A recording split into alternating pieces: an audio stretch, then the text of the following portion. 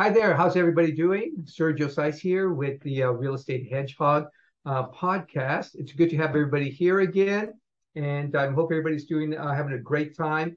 We're closing out the summer, fall's coming in. It's going to be wonderful again. That I think we still have a little bit of heat here in Southern California. My wife and I are going to be heading out to Colorado at the end of the week, which is going to be beautiful out there. The changing of the leaves, the rest of the country, because we travel every now and then, but you'll hear the rest of the country say that California has two seasons, hot summer and cool summer, and that's it. There's nothing else. But Colorado has a lot of seasons. As usual, I'm here with my friend and partner, Sam. Sam, how are you doing, buddy? I'm doing good as usual, as always. Been exhausted lately because I've been hustling more than normal. Really? What's been going on there, bro? Well, for the folks who follow our weekly newsletter, I had chronicled this last week's hustle. So I had a rehab that I had to finish. Okay. Handymen went out there to do their thing. I just go and inspect it now and then. And last week, at the end of the week, I had it inspected. Sure enough, simple stuff failed. Ah. And I was embarrassed because the inspector's right there. And so while the inspector's there, I'm taking apart the outlet to show them the proper wiring. And they said they got it. I said, okay, fine. Make sure you get all the outlets rewired. The stove, I'll go buy another stove because you didn't test it. You said it was ready to go, and get the heater going. I go back. I bought a stove on Friday. I head out there Sunday, and I had a few other places to hit. Man, when things go bad, it snowballs, right? Yeah. One thing after the next. I planned on being out that morning and being home for lunch. I didn't get home till late after dinner. I rewired the entire apartment myself, one by one. Wow. I had to do everything on my own with primitive tools because I went expecting not to do that. I expected to go in and drop off a stove and install it. I ended up rewiring and cutting chain link and all kinds of nonsense. So it is what it is. It's part of the game. But, from it, my wife was with me, so I got a pretty good support. She kept on telling me, can't get mad at these guys. Let's just forget about it. It happened already. We're just going to get through this. And with her words of, let's just get this done, it helped me just keep on pushing along. Nice. We did do a surprise inspection on a unit. And this is kind of a lesson to be learned, right? When you have these on-site managers or long-distance rentals, you never know what your managers are truly doing. They may be doing the best they can, but you look for your own best interests as the owner.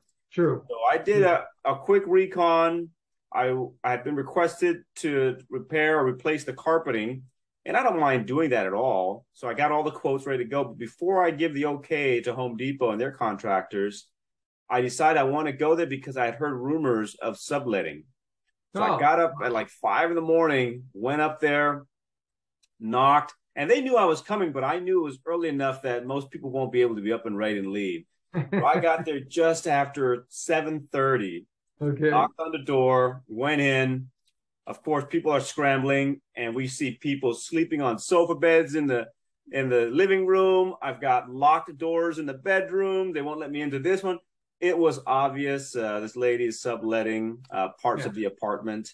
And so that's great for me because I've identified and verified it. And now I can do something about it rather than take somebody's word or rumor. And that was my thing. I've always wanted to verify everything. So that's what's happening all week. And then today, this morning, you called me this morning real quick or text me. I was at the chiropractor. And, for the audience out there, I don't want to sound naive, but I've heard the word chiropractor. I never truly knew what a chiropractor was. I've never been to one before. And so I figure a chiropractor is like a bone doctor for your back or something like that. I wasn't 100% sure. I get in there and this guy manhandled me, cracked my back. I was like, whoa, I've never had that happen to me before. Yeah, no, that was good. I'm glad. I hope you feel much better now. Oh, I feel good. I feel good. Anyway, so this is our 35th, what we like to call podcast. It's a YouTube, just a YouTube recording, but we like to call it a podcast. And it's number 35, which is great. And today, and you know what? We've been on long enough now that we're seeing the market actually move. Yeah. 35, so that's almost a year, 52 weeks. This is our 35th one. So we're closing in on a year, and we've seen the market start to move. So what we're going to call today's broadcast is moving with the market. That's what I want to call it. And I want to talk about the market because you and I, Sam, I know we're very positive. We're gung-ho about real estate, and we are because we know that you can really build wealth, some serious wealth using real estate as the vehicle. Of course, it takes a lot of hard work. It takes, being comfortable with risk. It takes a lot of things, but the market is moving. And I don't want people to think that we're Pollyannas, that we don't see the writing on the wall. But because we do see it, there are things that we can do about it. And of course, we've had just recently had about a couple of weeks ago, a week or so ago, the Fed moved the Fed fund rate up again, another 75 basis points. I understand they're going to do it again in November. What do you think? All right. It's not that they're going to. We know they will. It's scheduled. They will. It's scheduled to move. Okay, it's scheduled. Yeah, it's scheduled. But you remember a few podcasts back, for those people who don't know or don't think that we foresaw it, is we had a little bet going on, and we both predicted the market's changing. It's more or less how far, but we both agreed that we've turned the corner and we're on a downward trend in the investing market because money's tightening from the federal government. Right. So that's kind of an interesting thing. On the one hand, the market is starting to turn, going down. It's going down because interest rates are going up, which is making money more expensive. And of course, with the increase coming up in November, that's going to make money even more expensive. And then I've read a couple of articles, listened to a few podcasts where people are thinking, well, maybe because for a couple of reasons, but people are concerned that that the economy could get hurt with all of these interest rate increases, right? And in addition to that, I don't know if people are aware, but the U.S. dollar is very strong right now, and that's having a global impact on the economies throughout the world. The world is tied to the dollar, the U.S. dollar, so that's a good thing for us. But as the dollar gets stronger, other currencies get weaker, and things become more expensive for other countries. Ultimately, it impacts us also.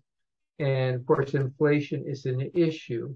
So people are thinking that maybe they won't raise meaning the Fed, that the Fed won't raise the interest rate in December or January. What do you think? What are your thoughts? I don't know, man. I'm going to say that I'm going to go on a limb and say that there may still be a small increase in December. Okay. Perhaps maybe a stay in January to kind of monitor the world's changes. Like we're talking here, we got to move with the market. Yeah. The feds have to make different moves based on the world's market because, the world banking system, they actually all meet, periodically, and they set the world's rates.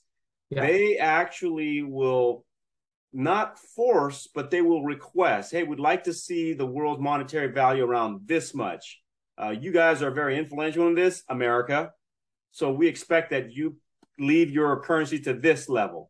So that's what a lot of people don't know. Everything is tied, and there is a body. Believe it or not, there's an official body of world monetary markets that they monitor the world. They monitor every country's monetary value. Right. So absolutely. So all of that impacts us. So what do we as investors do? The market is moving, interest rates are moving, rents. I don't know I think you had a chance to read that last newsletter that you and I put out, but I'm sure you read it, that I talked about how even rents are hitting like their peak. They might start to come down a little bit. So there's a lot of movement out there right now, just a lot of movement in the markets. So what do we as investors do? You go first, and then I'll talk about what I'm doing, and hopefully we'll see where we're standing right now. So what I think investors should do, there's two types of investors, right? There are the investors who are already invested in the market, meaning you currently own assets, you have a portfolio of assets. And there are investors who are going into the market, either trying to acquire more assets, acquiring their first assets, or in that phase of really wanting to grow their asset pool. For the first type that already have a sizable portfolio, I would say you have to implement strategies that will make your portfolio recession proof. That's the first thing. Because the worst thing you want to do is, if you know the economy is going into a downward trend, that affects your tenancy pool. And that downward trend in the economy likely often translates into unemployment, which could or could not affect your tenants. Right. It puts pressures on them. This current inflation puts pressure on them because they have to pay out more money to survive and live their daily lives. So there's less money for your rents. Now, as a person who owns investment property already, what I have been trying to do is, foreseeing this, I've been trying to raise my rents as much as I can. That's moral and ethical, not absorbently. I mean, I'm not going from 1,000 to 1,500 to 2,000, but I'd be going from 1,000 to maybe 1,150 or 1,200 now. And to get that locked in, to get the tenants used to that payment, because I foresee that next year there may be a major disruption in the economy. It could be a recession, a massive recession, possibly on the verge of a depression, based on what we're seeing. So I want the people to be used to it. And if I don't have to raise rents, at least I got it to a level where I know that my costs are covered, right. Especially if there's minor increases in my operating costs as well, it's been covered. So that's one of the things I'm doing. Okay. But just like a newer investor who want to get into the market, you and I, we're always looking for new assets to acquire. Right. Our underwriting has to be very strict, and it has to adjust with the market. So we create a buy box, basically limits of what we're looking for. We don't go out of that box. Some people say, well, I can go out a little bit because, time will solve everything. That's great on an upward trending market. The time will help you.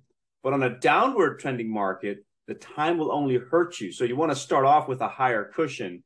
And, we've been talking quite a bit. We have to adjust our underwriting to the new rates. So whatever offer we make has to make sense now. Absolutely. I mean, what about you? What are you doing on your end? Well, let me tell you, I agree with you 100% on that last part. Yes, right now, in fact, I think I mentioned to you, we had a couple of tenants move out, especially out of town in Missouri. So we, as people are coming in, we're trying to set, just like you, set those rents right at the market rate. Right now, because, and I think right now is the time to do it. And I agree with you 100%. March, May, June of 2023 may not be the time to increase rents at that point. We got to get through this next rough spot. So that's number one. I agree with you there. The other thing, you talked about the underwriting. Really tighten down your underwriting. And for those people that don't know, Sam and I have been working on a proprietary underwriting system where we really start to look real hard on the numbers. Sam, I love the way you said how it's within a box. And our new system is putting our numbers in this particular box so that the property has to go into and through that box to qualify. And we're doing a thing now where we're able to tell what our break-even point is based on this new system that we're coming up with. We'll talk about it later on as we solidify it. But right now we've been experimenting with it, and we're finding out where that point where you start to lose money is. So if you buy a property, if you find, let me correct myself. If you find a property where the numbers kind of look good, but once you crunch them and once you put them through our system, it'll identify what are the chances? What is the probability of actually losing money on that deal? Is there a 5% probability, a 10%, a 40%, probability? And then you can figure out what your own internal risk tolerance is, and then you can make that adjustment. But in addition to that, we can also calculate with this new system, what does it look like once you've increased the rents after purchase? If you're going to increase your rent somewhere between 5 and 10% after purchase, how does that change it? Is it worth it doing it, worth doing that investment or not? So again, we continue to look for properties. Certainly, I know you do, but I'm looking for properties every day. I run them through our underwriting system, And Sam and I have very similar styles because we like to run through a lot of properties, get them there. Do they meet the bare minimum? If they do, then we put it into a more rigorous process to see if indeed it's worth actually investing money into. And then, of course, the other thing is just continuous education. I mean, listen to podcasts, watch the news, read the paper, whatever you can do to gain additional information, because that information is critical toward the decisions that we're going to be making. Whether, are we going to invest or not? Are we going to hold off or not? The other thing I'm doing is I'm being very cautious right now. And unless a property looks really, from the numbers point of view, unless it looks really good, I'm just passing on it. I just ran a couple of underwriting scenarios where there was like a 40 to 45% chance of losing money. If properties were on the increase, we could play around with that. We could negotiate it. But no, just like you said, because they're on the decrease, you have to be very careful. So you have to look at your time horizon. Yes, absolutely. If you're expecting time to heal your minor mistakes in real estate investment, that will still hold true. But since we're just at the start of the decrease, that time horizon could possibly be 10 years. If you don't think you can hold off for 10 years and you've only got a 2-3 year window, you have a very, very small, if any, availability to make mistakes. So you have to be very strict. But like you said, educate yourself now, because the opportunities are there or will be there, and you won't recognize it if you're not educated enough in that space. With education, when the opportunity comes around, like, oh, you know what? That's an opportunity. I'm going to seize that. But that can only come with listening to podcasts, reading up on stuff, keeping up with the market, seeing where the rates are going or coming. So I think that's really important. But I want to add, like, for me, what I've come to learn, I can tell you a little bit, a small story. Years ago, I had one of my first official rental properties was during the last big recession. Okay. It was rented in early 2007. The world was great. 2008, it got a little shaky. 2009, it hit the slumps. By 2009 and 2010, my tenants asked me to reduce the rent. They were hurting. And I knew that everybody was hurting because everything affects each other. It's not just the real estate market going down, but the economy was down. You remember it was the Great Recession. They didn't want to use the word depression. They created this new word called recession. That's what we stuck with. But I lowered the rents, and I remember how I felt because I was barely making it already. What I did to mitigate me lowering the rent by $200 a month was I canceled the management company through Coldwell Banker, which saved me the $200 a month where I broke even on what I was bringing in prior. A year later, they continued to ask for a rent decrease because the economy was not recovering. Right. Obviously, over time, that property came back up. That's where we're going through again. So your time horizon, you have to know how long these cycles last. It's about 7 to 10 years each time. We're just at the start of a down cycle. So stay in your buy box, underwrite carefully.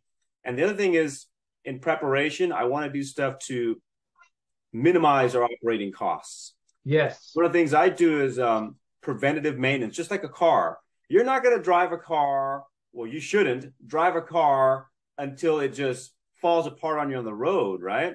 You want to mine that oil, make sure you take a look at your tires, rotate them, always monitor the wear and tear. Well, same thing with the apartments. There are things in the apartment, based on experience, will break. You're going to get an emergency service call for these common items, but things can be done ahead of time to either prevent it or minimize those calls. Even though it may cost the same, it will feel better because you're not in an emergency situation and you get less stress. I'll give you an example. The AC unit. Every summer, Southern California, you're going to get calls from the tenants about the AC going out because they're cranking that thing on, trying to stay cool, and it'll blow the fuses. Oftentimes, it's because it's strained. There's strain on the motor because no one has changed the filter. Don't expect your tenants to do it. This is your property. You're covering it. Yeah. Right? Go and change it periodically. I schedule a minimum of 2 filter changes a year for every apartment. Nice. Once in the spring and once at the end of the summer, because that same filter is used for the heater. The heater motor is going to blow too because it's straining itself. The other thing is your warranty companies or insurance companies often provide and suggest a periodic maintenance on the home, and they have their technicians to do it. It might cost you $300-400 per unit, but I can tell you it's worth its weight in gold. They'll go in, they'll lube things, they'll change filters out, they'll clean things out, they'll change out worn out outlets and plugs. And when that time comes, when every other landlord is dealing with these emergency calls and taking up all the technicians in the area, you don't have to sit there and have this tenant upset in the heat or in the cold, waiting a week or two before a technician comes out because you've dealt with it ahead of time. Absolutely. I mean, one of the things that we do is that in our lease agreements, we let the tenants know that the property manager is going to be doing an annual inspection. So, and usually that annual inspection takes place at the end of that lease agreement. And even though we just renew the lease agreement, that's when our property managers go in and they do a walkthrough. And I'll get the phone calls, real simple stuff. You know, hey, Sergio, we did our walkthrough for the year, and we noticed there was a leaky pipe here. We noticed that this one doorknob wasn't working. We noticed this one light wasn't going on. And I mean, the little things like that. Couple of things. Number one, you fix it and it's preventative, because that little thing could become a big thing. You know, that little switch that's not turning anything on could blow the whole electrical system just because you didn't fix it, right? But number two, it lets your tenants know that you care about the property and you care about them. You care about them enough to fix those little things that they probably haven't called on. You know, I'm not going to call because all he's going to do is just raise the rent because he had to come and change the light bulb out. But when we do it as kind of a preventative measure, it lets them know that we care about them, and we do, because obviously they're helping us build wealth. So why not? Yeah. No, I'm glad we're kind of talking about this and closing this out on this note, because you know, with moving with the market and changing your strategies a little bit, you also need to always think of ways to improve and make your assets more efficiently, or more efficient, work more efficiently for you. And part of that is that preventive maintenance. And on top of that, we had talked about educate yourself now.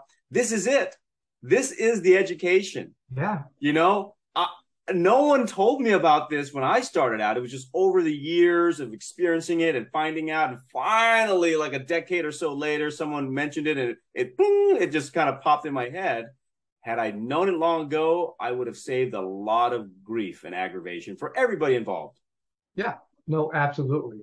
Well, hey, you know what? Great discussion. Again, we have to stay flexible. We're moving with the market, and we know it's going to continue. It was moving upward when we started, going down, not a problem. We go with it. We take advantage of those things that we can take advantage of. We avoid those things that we know that could hurt us. And certainly we want to mitigate any risk that's out there so that it doesn't bite us in the behind later on. Any last words? Hey, I hope people like what we're talking about. If you do, hit that like button, subscribe to our channel, and hit the notification bell so you get notified every time we put out a new video. It's usually once a week, around Wednesday night, Thursday. It comes out. And get on our newsletter. Sergio does a lot of research, put a lot of information out there. And within that research, there's links you can go to get even more details on that research. So get on our newsletter, contact us, realestatehedgehog@gmail.com. Excellent. Thank you very much, Sam. We'll catch you around on the next go around. Okay. Sounds good. You have a good one. Okay. Take care.